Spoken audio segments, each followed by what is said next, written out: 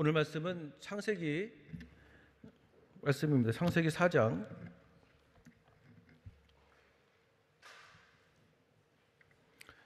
4장 말씀 봉독합니다. 아담이 그 아내 하와와 동침하매 하와가 잉태하여 가인을 낳고 이르되 내가 여호와로 말미암아 등남하였다 하니라. 그가 또 가인의 아후 아벨을 낳았는데 아벨은 양치는 자였고 가인은 농사하는 자이었더라.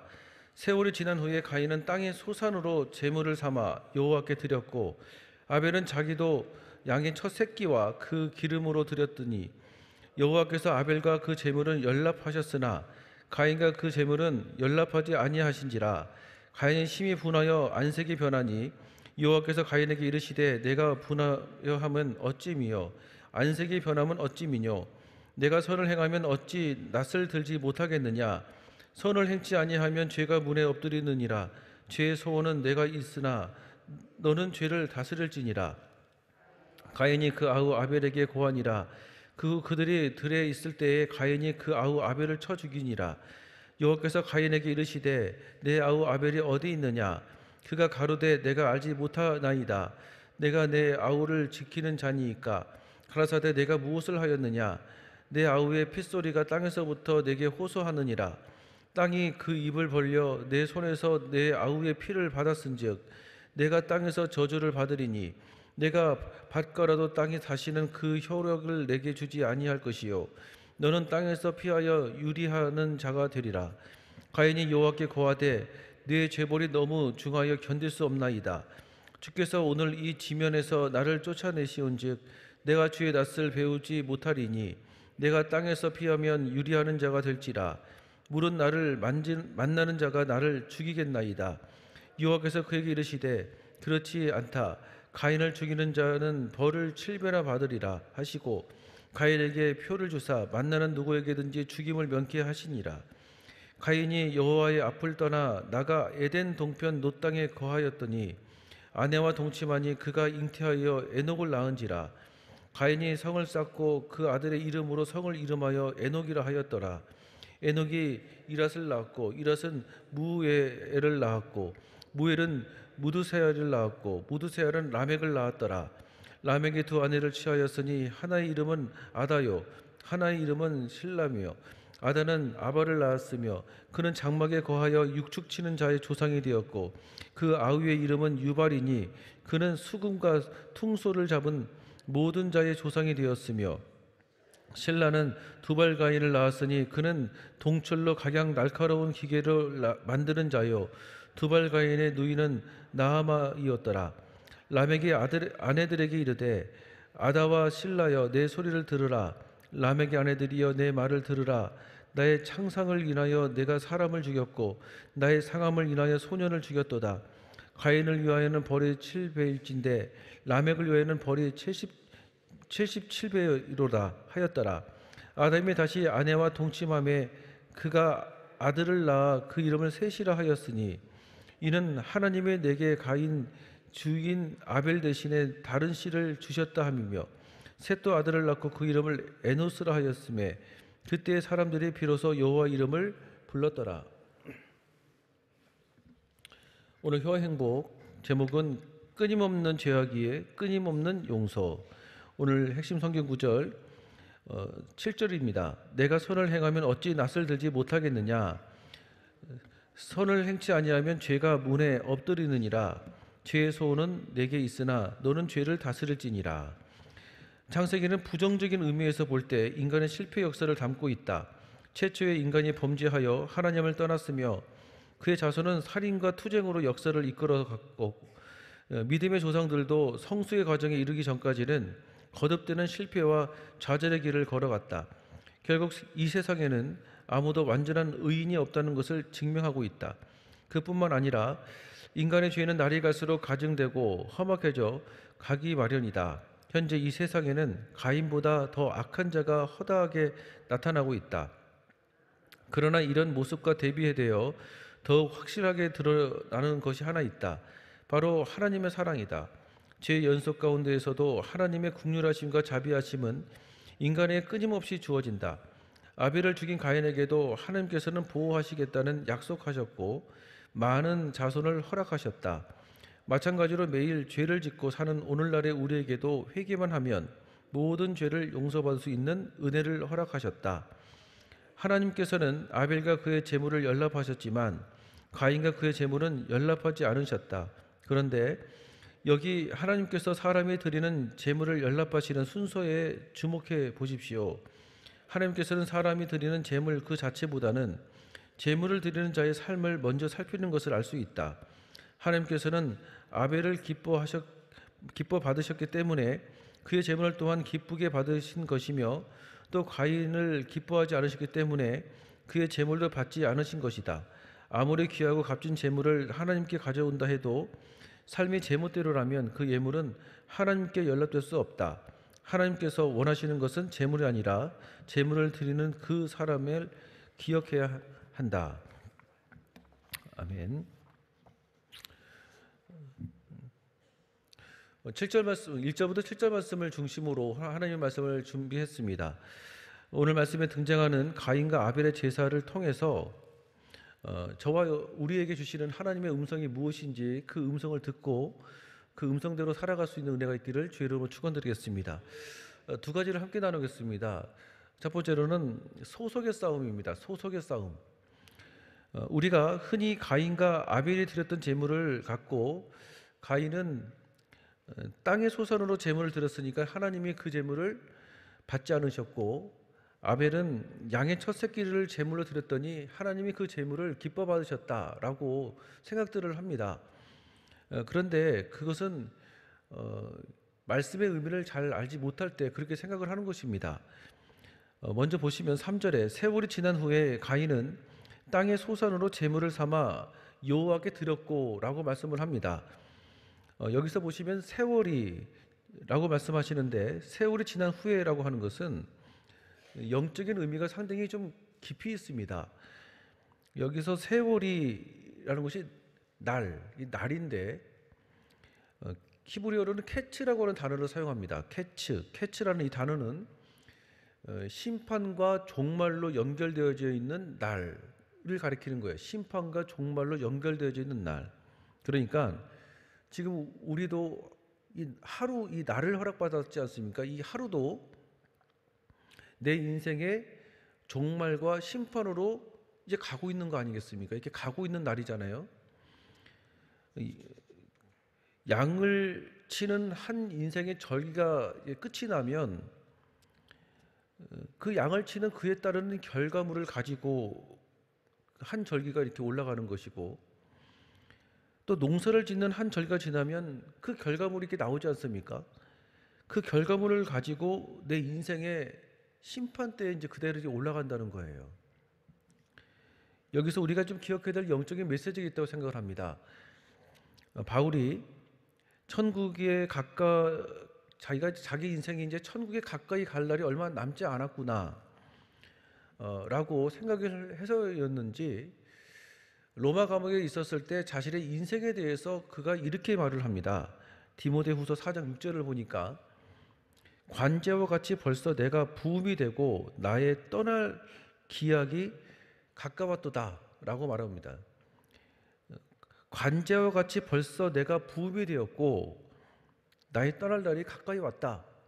이 관제와 같이, 관제라고 하는 이 단어가 핵심 말씀인 단어인데 길고 길었던 자신의 그 인생을 사도 바울은 어떻게 생각을 했냐면 스스로 나는 인생의 예배자이구나 라고 생각을 했던 거예요. 이 관제가 이제 관제라는 단어가 제사 용어래요. 제사. 그러니까 예전에는 이 관제를 전제라고 하는 단어로 보통 사용을 했다고 합니다. 옛날 성경에 보면 이 관제는 피를 상징하는 거래요. 피를 상징하는 포도주. 그러니까 번제나 소제 같은 제사를 드릴 때 그 제물에다가 그 관제를 이렇게 뿌리는데 마지막으로 뿌릴 때 그 제사가 끝이 난다는 거예요. 무슨 말씀 이해하시겠죠? 번제 제사를 다 드리는데 제물을 이렇게 불태워 가지고 다 없어지면 끝이 나는 것이 아니고 피를 상징하는 포도주를, 이 관제를 이렇게 마지막으로 뿌리면 그 제사가 끝이 나는 겁니다. 그러니까 바울이 이 땅에 자기가 살아오면서 예배 드려지는 시간이 끝이 나고 이제 점점 내 인생의 끝이 마무리되어져 가고 있구나. 자신의 인생을 이제 제사를 드리는 인생, 예배를 드리는 인생으로 생각을 했던 거예요. 빌립보서 2장 17절에 만일 너희 믿음의 제물과 봉사 위에 내가 나를 관제로 드릴지라도 나는 기뻐하고 너희 무리와 함께 기뻐하겠다라고 말하고 있습니다. 그 마찬가지로 하나님이 가인과 아벨을 창조하신 것이 예물을 받으려고 창조하신 것이 아니고 그들의 삶을 예배를 통해서 내가 영광 받기를 원한다. 그 창조의 목적입니다. 예배를 통해서 영광 받기를 원하시는 하나님. 그러니까 믿는 자들은 길게 삶을 살든 짧게 삶을 살든 늘 예배 드리는 삶이에요. 내 인생의 형편이 어떠하든지 상관없이 쭉 예배를 드리다가 예배가 맞춰져 나가는 인생의 날들을 언젠가는 맞이할 거 아니겠습니까? 근데 그 예배를 드리는 인생의 날들 안에서 얻어진 그 열매들이 있을 거예요. 열매들. 우리는 이게 삶의 예배를 드리기도 하고 또 이게 제도적인 예배를 이렇게 드리기도 하고 하지 않습니까? 이제 삶의 예배, 보이지 않는 예배라고 하기도 하는데 내가 놓여져 있는 내 인생의 환경 안에서 예배드리는 인생 아니겠어요? 예배드리는 인생. 그 세월이 믿는 자들은 세월이 지난 후에, 즉 세월이 지나서 얻게 되어지는 그 열매를 가지고 그 언젠가는 이제 하나님의 심판대 옆에 이제 서게 되어진다는 것입니다. 그걸 가지고 이렇게 하나님한테 올라간다는 거예요. 그리고 3절을 보면 가인은 땅의 소산으로 제물을 삼아 여호와께 드렸고 또 4절을 보면 아벨은 첫 새끼와 그 기름으로 드리면서 즉 가장 좋은 것으로 하나님께 제물을 드리면서 예배드렸다라고 말하고 있는 겁니다. 그러니까 두 사람의 예배의 동기에 대해서 지적을 하고 있는 거예요. 예배의 동기.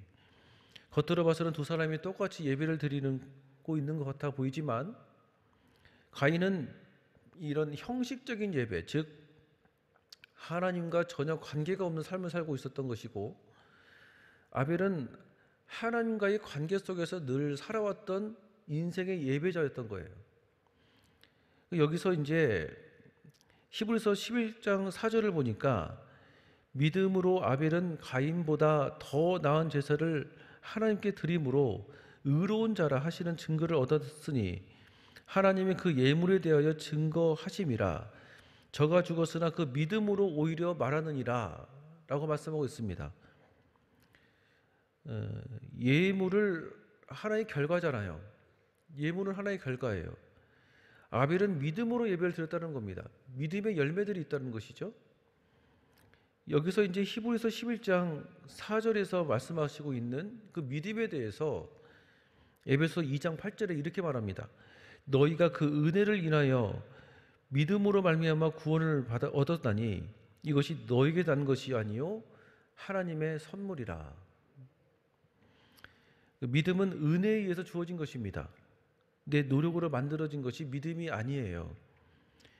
히브리 허락되어진 믿음이 바로 하나님의 선물인 것입니다. 그래서 그리스도의 의라고 말을 하고 있는 거예요. 그리스도의 의. 여기서 직설적으로 요한 1서 3장 12절에 이렇게 말합니다. 요한 1서 3장 12절 가인같이 하지 말라. 저는 악한 자에게 속하여 그 아우를 죽였으니 어찌 연고로 죽였느뇨. 자기의 행위는 악하고 그 아우의 행위는 의로우심이다 라고 얘기하고 있습니다.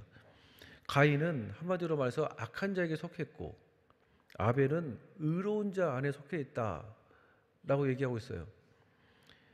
그 악한 자에게 속한 열매를 하나님이 받지 않으신 것이고 의로운 자, 하나님 안에서 의로운 열매를 받으시고 그의 삶을 하나님이 인정해 주신 것입니다. 그러니까 하나님이 예물을 차별한 것이 아니라 삶을 하나님이 보시고 그의 삶을 인정하신 겁니다. 악한 자에게 속해 있는 삶의 열매는 하나님이 받지 않으시고 의로운 자 안에 속해 있는 그 열매를 하나님이 받으셨다, 그 얘기를 하고 있는 거예요. 그래서 여러분, 신앙은 소속의 싸움입니다.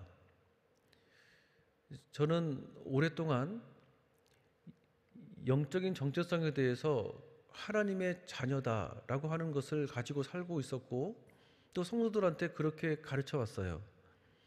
근데 오늘 창세기 말씀을 가지고 말씀을 준비하면서 그것도 물론 맞는 말이지만 본질적으로 우리의 정체성은 예배자이구나 하는 생각을 하게 되었어요. 저의 정체성은 예배자입니다. 삶의 자리에서 예배드리고, 또 교회 안에서 예배드리고, 삶의 자리에서 예배드려지는 거룩한 동기를 가지고 예배드리다가 얻어지는 그 열매를 가지고 하나님께 가는 거 아니겠습니까?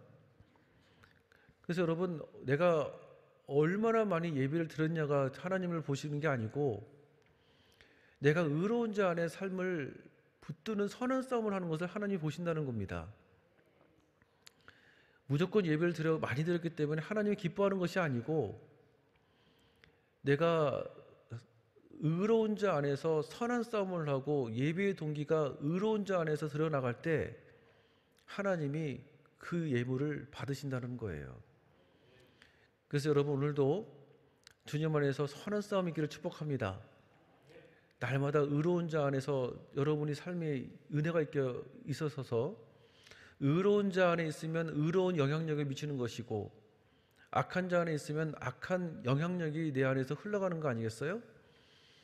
그래서 여러분, 의로운 자 안에서 거룩한 은혜가 있기를 주의 이름으로 축원드리겠습니다. 두 번째로는 관계하시는 하나님입니다. 하나님은 그런 또 가인이지만 그런 가인을 또 국률하게 보셨던 것 같아요. 6절에 여호와께서 가인에게 이르시되 내가 분하여 함은 어찌함이요 안색기 변함은 어찌미요 라고 말씀을 하시고는 오늘 핵심 정죄 구절의 7절을 보시니까 내가 선을 행하면 어찌 낯을 돌지 못하겠느냐, 선을 행치 아니하면 죄가 문에 엎드리느니라, 죄의 소원은 내게 있으나 너는 죄를 다스릴지다 라고 말씀하고 있습니다. 아담과 하와도 선악과를 따먹고는 죄가 드러날까 봐서 이제 하나님의 낯을 피하지 않았습니까? 인간은 가인처럼 죄가 드러나면 안색이 변하고 얼굴을 숙입니다. 그런데 하나님이 그런 가인을 끝까지 사랑하셔서 오늘 본문에 보니까 말씀을 계속 해주고 계세요. 관계를 하고 계신 겁니다. 그리고는 잘못한 것이 있으면 그 잘못을 교훈 삼아서 이제 안 하면 되는 거 아니냐, 그러면 네가 죄 앞에서 넘어질 일은 없을 것이다 라고 얘기하고 있습니다. 여러분, 누구나 실수할 수는 있습니다. 그런데 누구나 실수를 할 수 있지만 그 실수를 대하는 마음의 태도에 따라서 참 인생의 열매가 달라지는 것 같아요. 실수를 교훈 삼아 그렇게 안 하려고 하는 사람이 있고, 나는 실수를 할 수밖에 없었다고 자신의 실수를 오히려 방어하려고 하는 분들이 계세요. 하나님께서는 실수 자체를 나무라는 것이 아니고 실수를 한 이후에 그에 따르는 태도를 보고 계시는 겁니다. 7절을 보시면 하나님은 우리를 끝까지 함께 하시고 말씀하시는구나 라고 생각이 좀 들었어요. 여러분, 오늘도 하나님이 함께 계셔서 나의 부족한 것들을 하나님 안에서 늘 점검받으시고 기초를 세워나가면서 영적인 질서 안에서 삶을 누려나가는 은혜의 그를 축복합니다. 성령님은 나를 바른 길로 인도하시는 분이잖아요. 예. 그런데 이제 기도 중에 성령님이 우리를 책망하실 때가 있어요.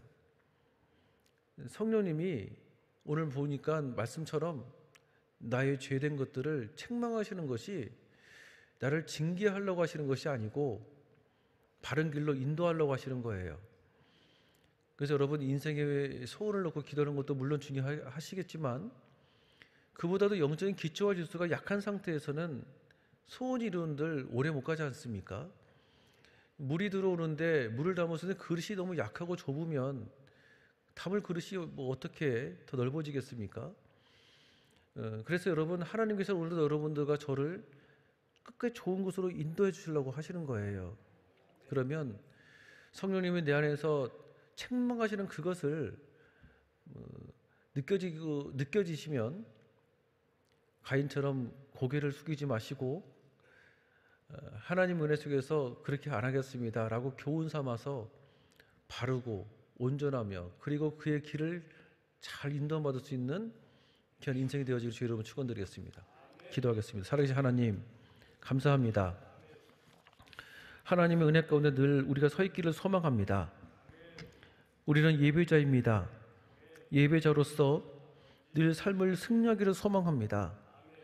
예배자로서 삶을 살아가면서 얻어진 그 열매를 가지고 결국 주님 앞에 걸어나갑니다. 주의 은혜가 함께 하시고 성령으로 주장하여 주셔서 우리 귀한 삶에 하나님의 신실한 은혜와 주의 함께 하심이 함께 하여 주시옵소서.